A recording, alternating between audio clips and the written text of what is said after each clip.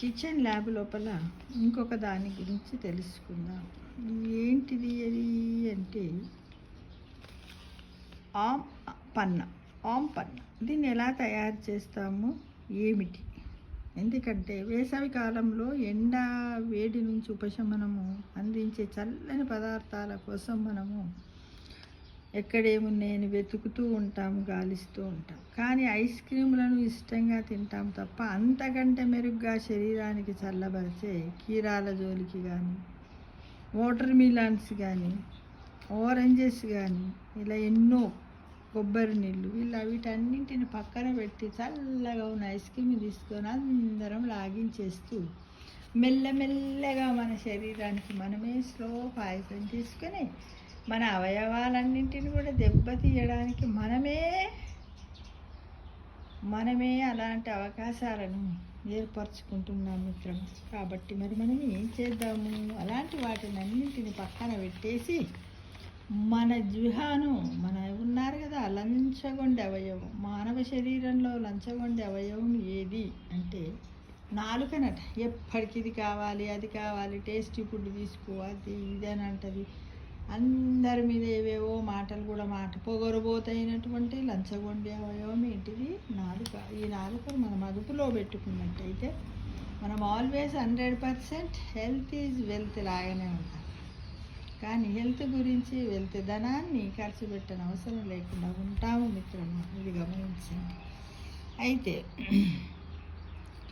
అలా ఈ సమ్మర్లో ఏమవుతుంది, నిజానికి శరీరంలో నీటి శాతాన్ని భర్తీ చేసి డిహైడ్రేషన్ నుంచి రక్షణనిచ్చే ఆరోగ్యకరమైనటువంటి మార్గాలు కూడా చాలా మన చుట్టూరు ఉన్నాయి. అలాంటి పదార్థాలని మనం తీసుకోవడానికి మనము కొన్ని ఆహార నియమాలను ఏర్పరచుకుంటే ఎండ నుంచి మనం కాపాడగలుగుకుంటాం. మనం వడదెబ్బ తగులకుండా, ఆయాసం లేకుండా ఉండగలుగుతాం ఫ్రెండ్స్.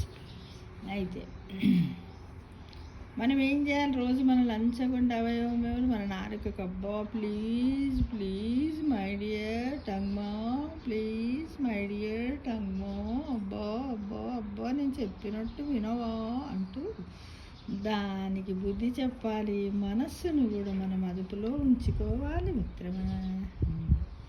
ఎండ దెబ్బ నుంచి రక్షణ కోసం ఆమ్ పన్నా తాగుతూ ఉండాలి. ఆమ్ పన్నా అంటే ఏంటి?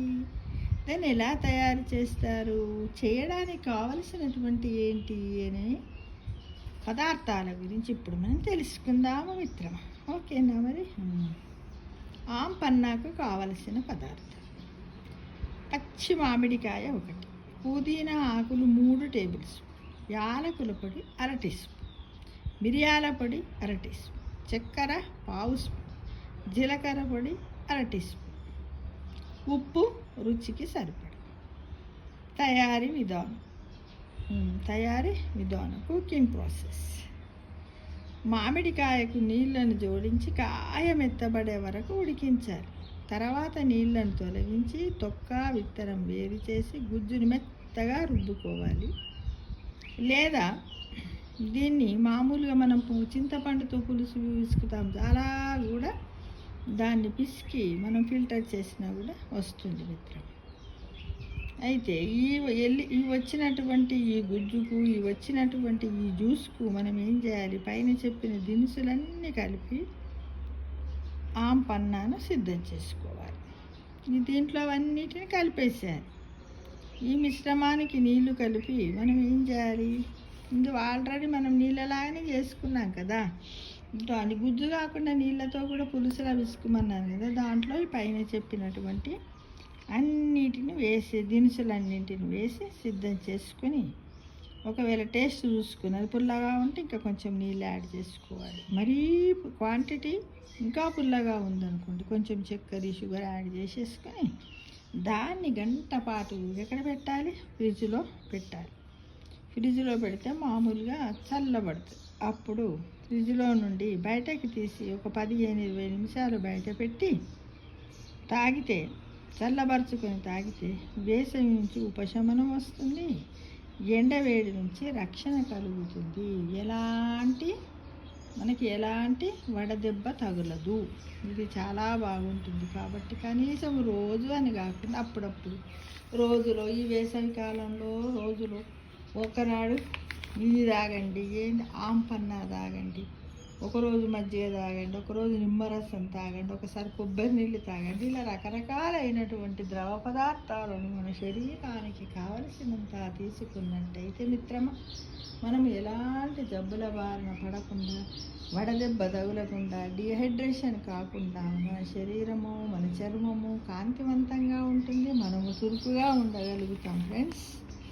ఆ విధంగానే తాగుతూ చెయ్యాలి. ఎందుకంటే ఇప్పుడు వేసవి కాలంలో ఎండకు వేడిమికి అతి తీవ్రతమైనటువంటి పరిస్థితులు ఉంటాయి. బడికి వెళ్ళే పిల్లలు కానీ, ఎక్కువగా ప్రయాణాలు చేసేవారు కానీ, ఇంటి పట్టున ఉండే పెద్ద మనుషులు వృద్ధులు ఉంటారు కదా, వాళ్ళని కానీ ఇలా రాగి జావ, పండ్ల రసాలు, వీళ్ళందరికీ కూడా ఇలాంటివే కాకుండా ఇంకా వాటర్ మిలాన్ కూడా ఉంటుంది కదా, ఆ వాటర్ మిలాన్తో కూడా రకరకాలైనటువంటి సాలడ్స్ని తయారు చేసి పిల్లలకు తినబెడితే చాలా బాగుంటుంది ఫ్రెండ్స్.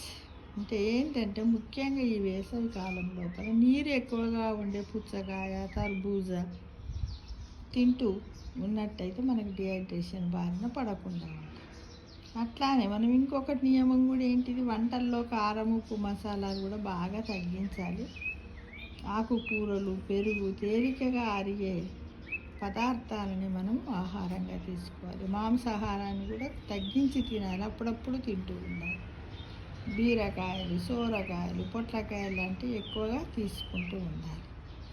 కీరా, క్యారెట్ సాలడ్స్ని తింటూ ఉండాలి. కొబ్బరి నీళ్ళు, పండ్ల రసాలు, మజ్జిగ ఎక్కువగా తీసుకోవాలి. టీ, కాఫీలు తగ్గించాలి. హెర్బల్ టీ తీసుకోవాలి. ఉదయం అల్పాహారంలో కూడా నూనెతో వేయించిన పూరీలు, వడలకు బదులుగా ఇడ్లీ, ఓట్స్ లాంటివి తినాలి. చికెన్లు, చేపలు మసాలాతో వండినవి కూడా చాలా తక్కువగా తినాలి. దానివల్ల మనకి ఏమవుతుందంటే మన శరీరానికి ఒక ఇమ్యూనిటీ పవర్ పెరుగుతుంది. డిహైడ్రేషన్ కాకుండా ఎలాంటి ఆయాసం లేకుండా ఉండగలుగుతాం. అంటే ఎండ తీవ్రత ఎక్కువగా ఉన్నప్పుడు ఈ విధంగా చేయాలి. కనీసం రోజుకు 8 నుంచి 10 గ్లాసుల నీళ్లు తీసుకోవడానికి ప్రయత్నం చేయాలి. అంటే ఈ జ్యూసులను కలుపుకొని ఎక్కువ పీచు పదార్థాలు తీసుకుంటే కూడా మనకేంటంటే జీర్ణ సమస్యలు రావు, ఎలక్ట్రోలైట్స్ కూడా తగ్గవు. కాబట్టి అలా చేసినట్టయితే ప్రతి గంటకు కూడా మనం బయటకు వెళ్ళినప్పుడు నీళ్ళు తాగుతూ ఉండాలి. నోరు తగాడిపోకుండా ఉండడాన్ని చూసుకోవాలి. ఇలా చేసినట్టయితే బాగుంటుంది. ఈ జాగ్రత్తలు అయితే కొంత తప్పకుండా తీసుకోవాలి. ఏంటి అవి? కూల్ డ్రింక్స్ మానేయాలి, కారం మసాలాతో తయారైన పదార్థాలు మానేయాలి, చక్కెర ఏం చేస్తుంది? డిహైడ్రేషన్ గురి చేస్తుంది. కాబట్టి తీయగా ఉండే పానీయాలను మానేయాలి. ఉప్పు ఎక్కువగా ఉండే చిప్స్, ఊరగాయలు, వడియాలు లాంటివి కూడా మానేయాలి. మాంసాహారం తగ్గించి కూరగాయలు, ఆకుకూరలు ఎక్కువగా తీసుకోవాలి. తక్షణ శక్తి కోసం బత్తాయి రసం, నిమ్మరసం తాగాలి. ఎలా అంటే ఇప్పుడు మనము బయట పోతూ ఉన్నప్పుడు ఏంటంటే ఇది సమ్మర్ కాబట్టి ఒక బాక్సులో వాటర్ మిలాన్ కానీ, ఇప్పుడు ఇందాక చెప్పాను కదా ఆంపన్నాను జ్యూస్ని కానీ, పండ్లు ఏంటిది ఆరెంజెస్ని కానీ, వాటర్ మిలాన్ కానీ వెంట పెట్టుకొని పోయి తినాలి. కానీ ఎన్నో ఆపిపోయి కూల్ డ్రింక్ తీసుకొని తాగడం వల్ల దాంట్లో కెమికల్స్ ఉంటాయి. దానివల్ల మన శరీరంలో బయట ఉన్న ఉష్ణోగ్రతకి మన శరీర ఉష్ణోగ్రతకి మధ్యలో ఏంటిది ఫైటింగ్ జరిగి నేనంటే నేను అని ఇద్దరు కలిసి మనలో ఉన్నటువంటి అవయవాలను ఎక్కువగా ముద్దు పెట్టుకోవడం వల్ల మనం జబ్బుల బారిన పడదాం అన్న విషయాన్ని గమనించండి మిత్రులు. ప్రతి ఒక్కరు కూడా అందరు హ్యాపీగా wish you happy summer holidays. అందరికి కూడా హ్యాపీ సమ్మర్ హాలిడేస్లో ఎంజాయ్ఫుల్గా గడపాలని మిమ్మల్ని అందరినీ కోరుకుంటున్నాను. తప్పకుండా ఆంపన్నాను తాగుతూ ఉండండి.